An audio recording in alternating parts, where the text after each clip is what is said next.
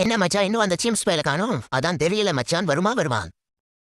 வந்துட்டீங்களா எல்லாரும்? சரி இருங்க, நான் போய் டீ வாங்கிட்டு வரேன். ஆரம்பிக்கலாங்களா? நானும் ரொம்ப வருஷமா பாக்குறேன், வெறும் பில்டப் மட்டும் தான் குடிக்கிறீங்க. அந்த பிசினஸ் பண்ணலாம் இந்த பிசினஸ் பண்ணலாம், ஆனா ஒரு காரியமும் நடந்த மாதிரி இல்ல. எல்லாரும் நம்ம வயசுல இருக்கிறவங்க ஜாலியா என்ஜாய் பண்றாங்க மச்சான். ஆளாளுக்கு ஐடில வேலை கிடைச்சிட்டுன்னு போயிடுறானுங்க, ஜாலியா ட்ரிப்பு கிப்புன்னு எல்லாம் போறானுங்க.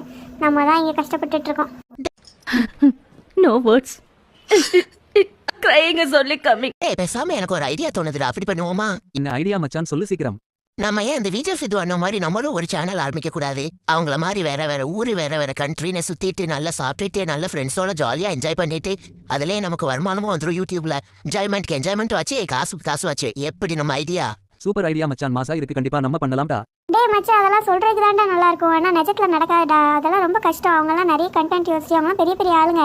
நம்மளால அப்படி இருக்க முடியாதுடா. விளங்கும்டா நாரப்பயல. ஆரம்பிச்சுட்டான்டா நெகட்டிவ். எதை திறந்தாலும் உன் வாயில நெகட்டிவ் தவிர எதுவும் வராதாடா? நெகட்டிவா சொல்லல மச்சான், உண்மையே தான் சொன்னேன். பிராக்டிக்கலா என்ன பாசிபிளோ அதை தான்டா சொன்னேன். அப்புறம் நீ வாய மூடுறா, எல்லாம் நடக்கும் அதெல்லாம். அப்துல் கலாம் சாரே என்ன சொல்லியிருக்காரு? கனவு காணுங்கன்னு சொல்லியிருக்காரா இல்லையா? ஆமா ஆமா மச்சான் சொல்லி இருக்காரு. அப்புறம் என்ன, நம்மளும் பல்லன் பிளாக்ஸ்னு ஆரம்பிக்கிறோம், லட்ச லட்சமா சம்பாதிக்கிறோம். அது சரி.